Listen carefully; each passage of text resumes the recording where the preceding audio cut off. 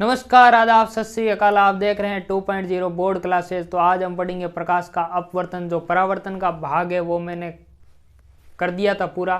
तो आज हम पढ़ेंगे प्रकाश का अपवर्तन जो होता है वो किस प्रकार से होता है। तो क्लास 10th के स्टूडेंट ध्यान रखना कि आपकी बोर्ड परीक्षाएं आने वाली है, तो उसको मद्देनजर रखते हुए हम आपके लिए एक प्रूफ रीडिंग के वीडियो लेके आएंगे। जो एक वीडियो में केमिस्ट्री का भाग, एक वीडियो में बायोलॉजी का भाग और एक वीडियो में फिजिक्स का भाग, ऐसे करके हम क्या करेंगे, पूरा करेंगे।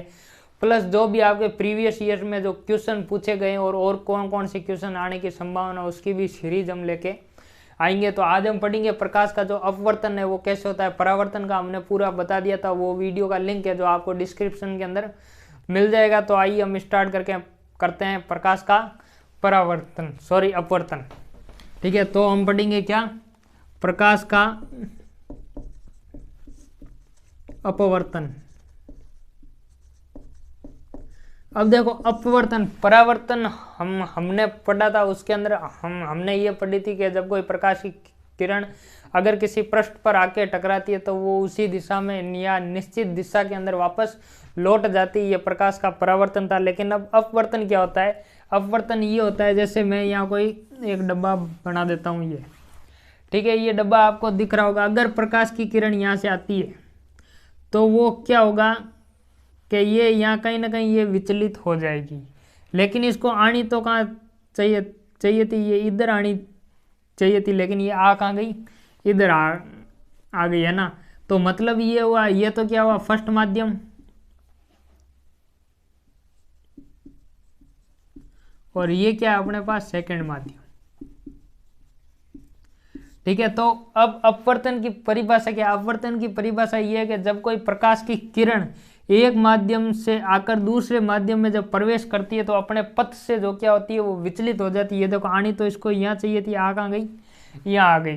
ठीक है, तो मैं अगर यहाँ परिभाषा इसकी समझाऊं या लिखूं तो क्या लिखूंगा, प्रकाश की, या जब प्रकाश की किरण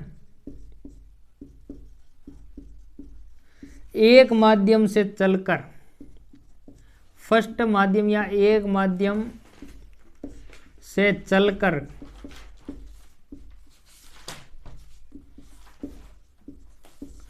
दूसरे माध्यम यानी कि सेकंड माध्यम में क्या करती है, प्रवेश करती है,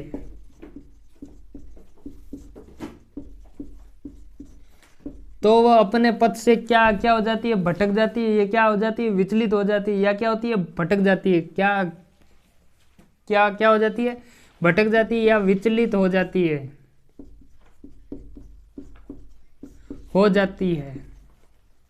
विचलित होती है। उसे क्या कहते हैं, प्रकाश का अपवर्तन कहते हैं। क्या कहते हैं, प्रकाश का अपवर्तन कहते हैं। तो जो इसमें अब ये नाम लिया गया फर्स्ट माध्यम और सेकंड माध्यम, तो ये है क्या? ठीक है, तो ध्यान रखना, ये जो माध्यम जो होते हैं वो दो होते हैं। क्या होते हैं, माध्यम दो होते हैं। दो माध्यम कौन से होते हैं? पहला तो होता है क्या, सघन माध्यम। दूसरा क्या होता है, विरल माध्यम। क्या क्या होता है, सघन और विरल माध्यम होते हैं। दो प्रकार के माध्यम होते हैं। कौन कौन से होते हैं? पहला तो होता है सघन, दूसरा होता है विरल। तो मैंने क्या पढ़ाया, मैंने ये पढ़ाया, प्रकाश की अपवर्तन, जब कोई प्रकाश किरण एक माध्यम से चलकर दूसरे माध्यम प्रवेश करती है तो अपने रास्ते से क्या हो जाती है, विचलित हो जाती है। अब देखो, प्रकाश किरण ये आ रही थी, इसको आना यहाँ था, लेकिन ये क्या हो गई, अपने मार्ग से क्या हो गई, विचलित हो गई, अपने रास्ते से भटक गई है। तो इस बात को क्या कहेंगे, प्रकाश का अपवर्तन कहेंगे। ठीक है, अब देखो होता क्या है, वास्तविकता में जब वो विचलित होती है, किरण जब विचलित होती है तो क्या होता है। अब देखो, अब आपने परावर्तन में एक चीज पढ़ी होगी, अभिलंब। तो वो अभिलंब जो होता है वो यही होता है। ठीक है, अभिलंब जो होता है ये यही होता है। तो अगर मैं यहाँ पे चलो इसी के अंदर समझा देता हूँ। ये क्या है, ये विरल माध्यम है, ये क्या है, सघन माध्यम है। ठीक है, अब मैं यहाँ एक अभिलंब खींच लेता हूँ आपके। ठीक है, ये अभिलंब खींच लिया तो होगा क्या, तो ये होगा, जब प्रकाश की किरण विरल माध्यम से सघन माध्यम में प्रवेश करेगी तो अभिलंब की ओर झुक जाएगी। क्या होगा, अभिलंब की ओर झुक जाएगी। लेकिन यही प्रकाश की किरण को मैं आगे बढ़ाऊं, ठीक है, और इसको वापस विरल माध्यम में लेके जाऊं तो ये क्या होगा, अभिलंब से दूर हट गई। तो मैंने ये क्या बना दिया यहाँ, अब अभिलंब बना दिया। अभिलंब क्या होता है, वो माध्यम के क्या होता है 90 डिग्री के अंदर होता है। तो ये क्या हो गई, अभिलंब से दूर हट गई, मतलब प्रकाश की किरण जो है वो विरल माध्यम से सघन माध्यम में आएगी तो अभिलंब की ओर झुक जाएगी, लेकिन सघन माध्यम से विरल माध्यम में जाएगी तो क्या क्या होगा, अभिलंब से दूर हट जाएगी। ठीक है, अब देखो, अब मैंने ये चीज बताई, लेकिन जब प्रकाश का परावर्तन है, ये घटना है, तो ये इसमें कौन कौन सी घटनाएं होती है। तो आपको अगर प्रैक्टिकल करना है इस चीज का, तो सीधी बात एक है कि वो अभिलंब की ओर कैसे झुकती है, अभिलंब की दूर कैसे हटती है।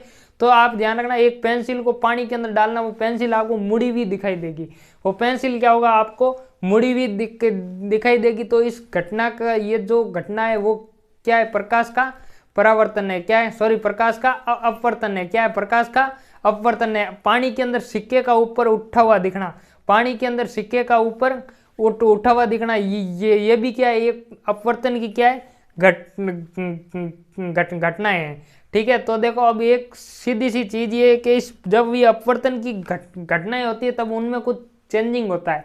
क्या होता है, चेंजिंग होता है। तो वो चेंजिंग जो होता है वो क्या क्या होता है, तो ध्यान रखना, इस अपवर्तन की घटना में जो चेंजिंग होती है वो क्या क्या होती है, यानी कि परिवर्तन। क्या होती है, परिवर्तन होता है। वो कौन कौन सा होता है, तो ध्यान रखना, पहली तो प्रकाश की चाल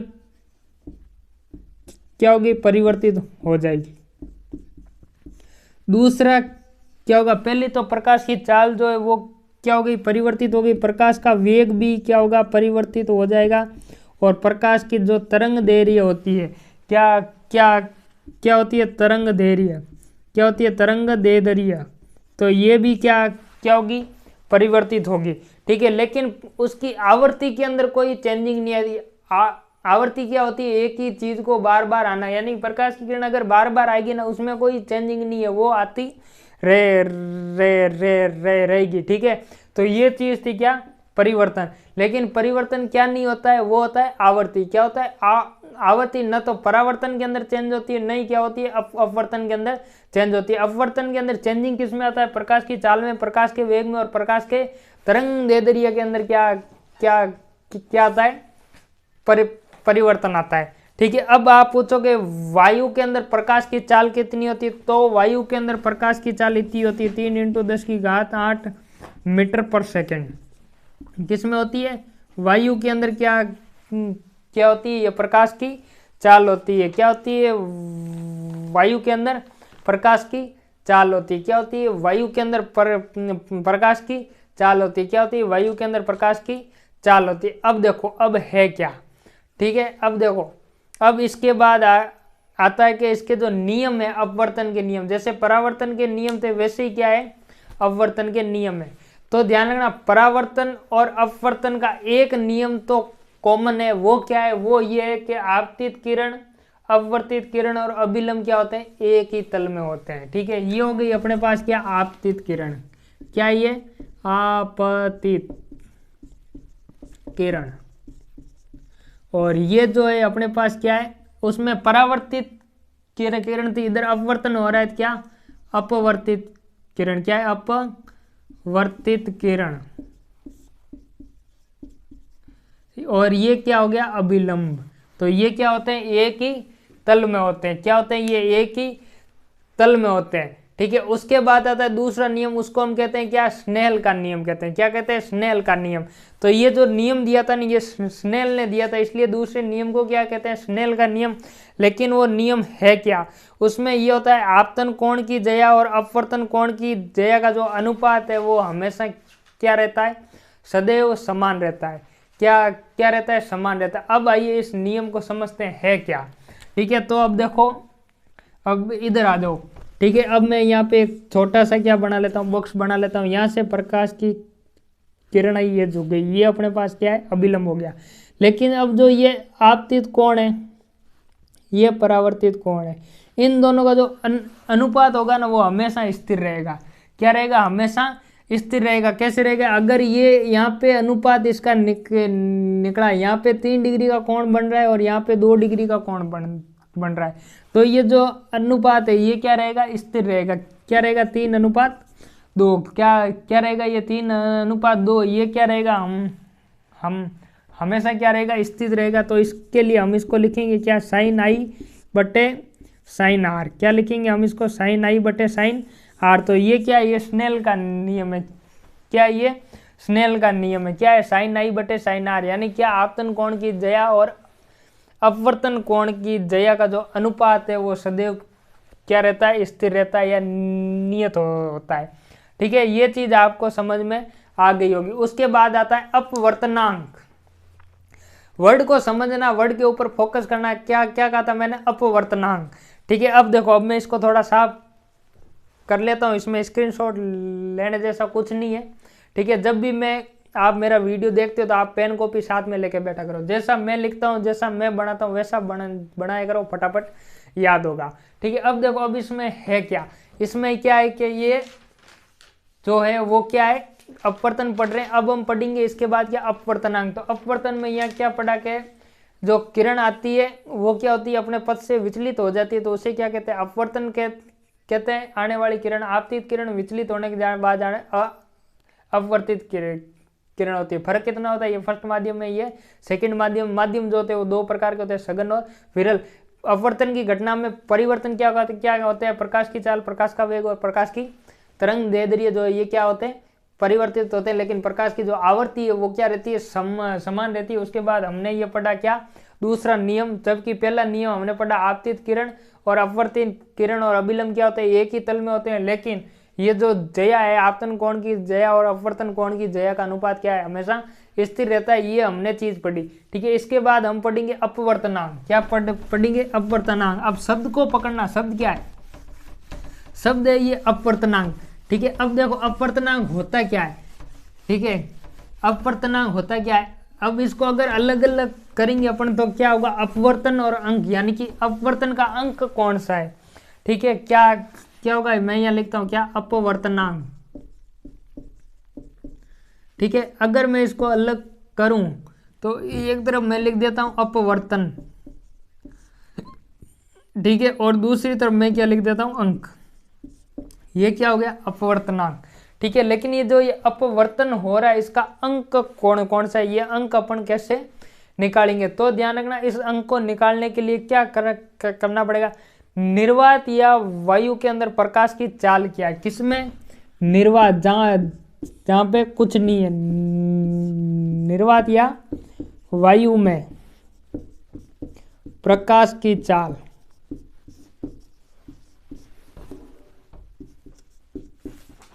बट्टे। ठीक है, बट्टे क्या है, किसी माध्यम में प्रकाश की चाल। क्या, किसी माध्यम में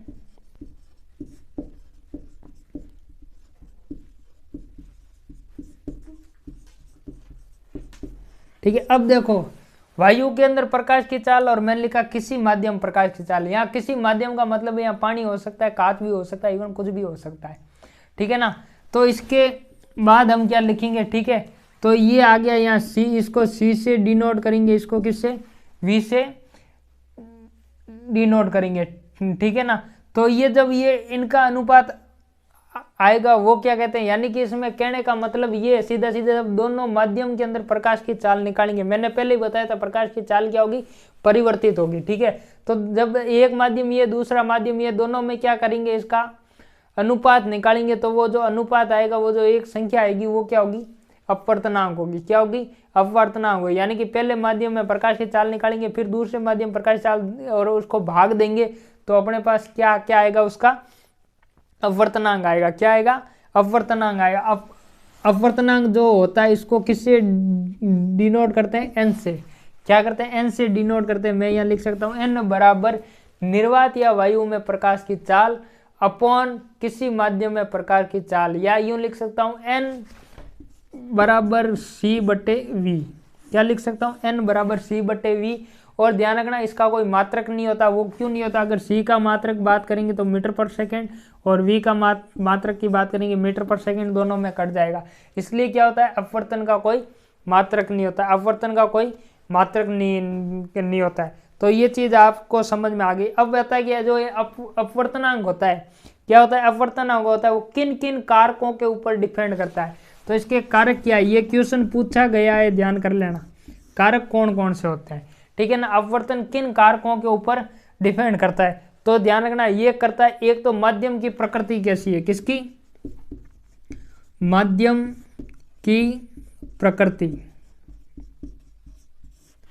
क्या है? माध्यम की प्रकृति कैसी और माध्यम का घनत्व कितना है? क्या? माध्यम का घनत्व क्या है? माध्यम का घनत्व। और क्या है? प्रकाश का रंग कैसा है? प्रकाश का रंग कैसा है? अब ध्यान रखना, कंफ्यूज मत होना। एक सेम टू सेम ऐसे कारक है ना, ये जो मैंने कहा अपवर्तनांक के कारक, तो सेम टू सेम आप जो 12 चैप्टर के अंदर प्रतिरोध पढ़ेंगे तो उसके अंदर भी ये प्रतिरोध किन कारकों के ऊपर डिपेंड करता है, तो वो चालक की प्रकृति, चालक का अनुप्रस्थ काट क्षेत्रफल और चालक की लंबाई जो बता रखे हैं वो एक अलग चीज है, वो इलेक्ट्रिसिटी के अंदर है। लेकिन ये किसमें? ये प्रकाश में है, लाइट में है। ठीक है ना। ये कारक किसके हैं? ये कारक इसके हैं, अपवर्तनांक है। तो कह दे कि अपवर्तनांक किन कारकों के ऊपर निर्भर करता है, तो वो क्या है? माध्यम की प्रकृति, माध्यम का घनत्व और प्रकाश का रंग। ठीक है। उसके बाद आता है अपने पास गोलीय लेंस। जो गोलीय लेंस होते हैं वो कौन कौन से होते हैं? जैसे परावर्तन के अंदर अपने गोलीय दर्पण पढ़े तो यहाँ क्या पढ़ेंगे हम? गोलीय लेंस पढ़ेंगे। क्या पढ़ेंगे? गोलीय लेंस पढ़ेंगे। ठीक है ना। अब देखो, अब गोलीय लेंस पढ़ेंगे और उसके अंदर काफी परिभाषाएं पढ़ेंगे और उनके प्रतिबिंब पढ़ेंगे कौन कौन से होते हैं। ठीक है। तो आ जाइए हम स्टार्ट करते हैं। क्या? गोलीय लेंस। क्या है? दिख रहा है ना? गोलीय लेंस। अब देखो गोलीय लेंस है क्या?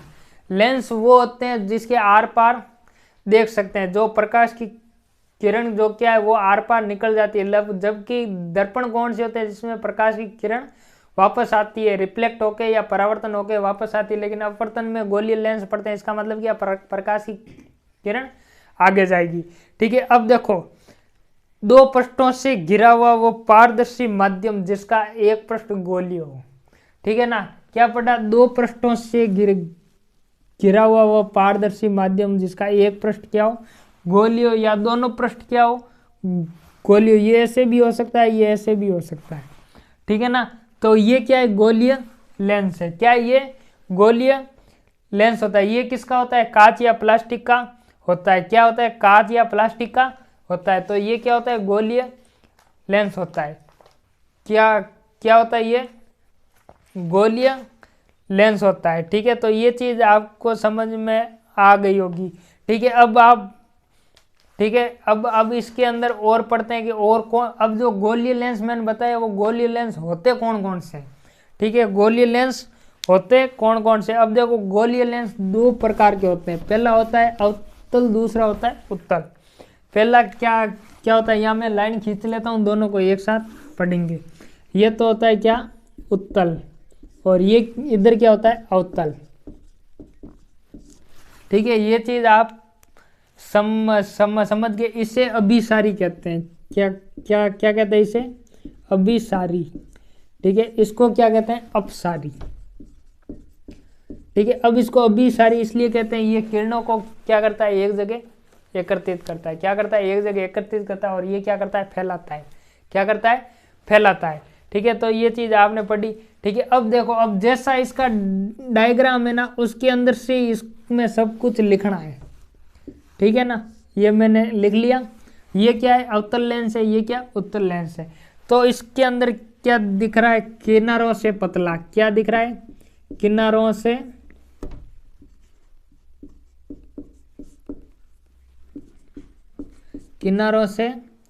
पतला है कि नहीं है? किनारे इसके झुके हुए हैं कि नहीं है? दूसरा बना देता हूं, देखो ये एकदम अच्छा, देखो है कि नहीं है? ठीक है। और क्या है? बीच में से मोटा है। क्या है? बीच में से मोटा। बीच में से क्या है? मोटा है। ठीक है ना। लेकिन ये क्या है? ये किनारों से मोटा है। क्या है? किनारों से मोटा। और बीच में से क्या है? पतला है।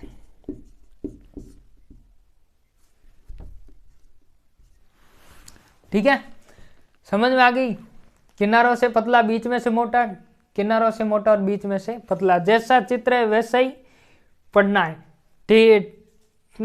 ठीक है ना। ये क्या करता है, अपवर्तन के बाद किरणों को पास में लेके आता है। क्या करता है, अपवर्तन के बाद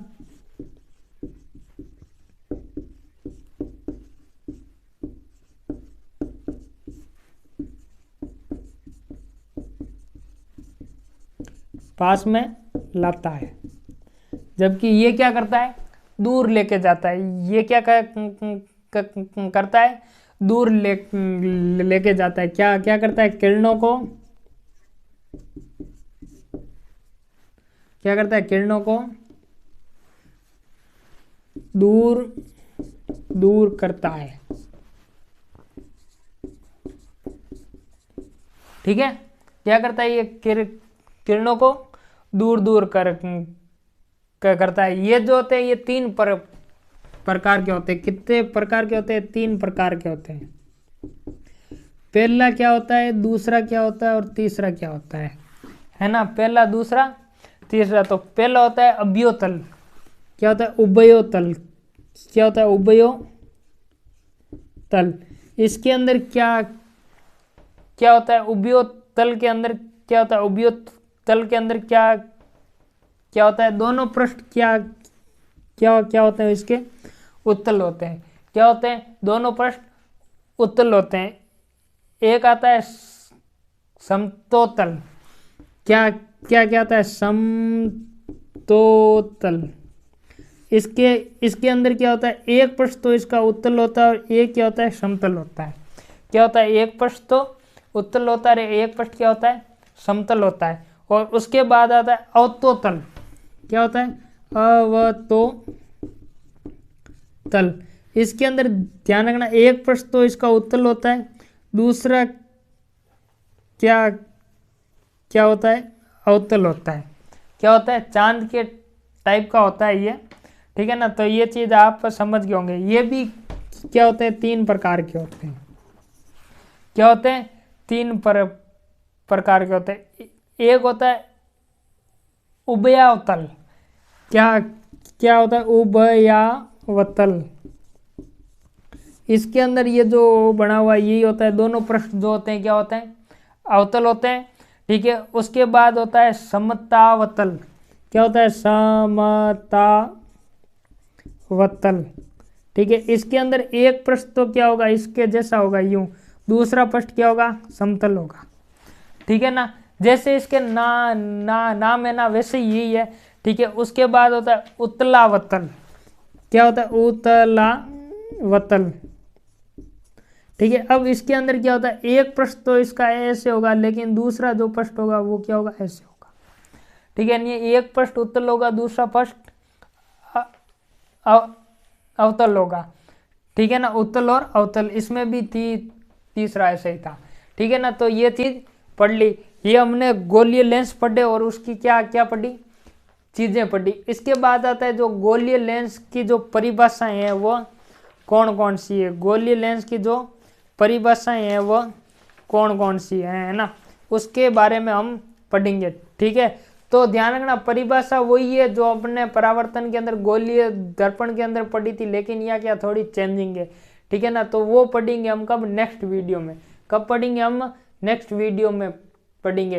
तो इस वीडियो के लिए इतना ही। मैं पहले वाले वीडियो का लिंक जो है वो डिस्क्रिप्शन के अंदर दे दूंगा। और जब भी आप इस वीडियो को देखें तब ध्यान रखना पेन कॉपी साथ में लेके बैठे। ये भी नहीं, कोई भी वीडियो को देखते हो तो पेन कॉपी साथ में लेके बैठे।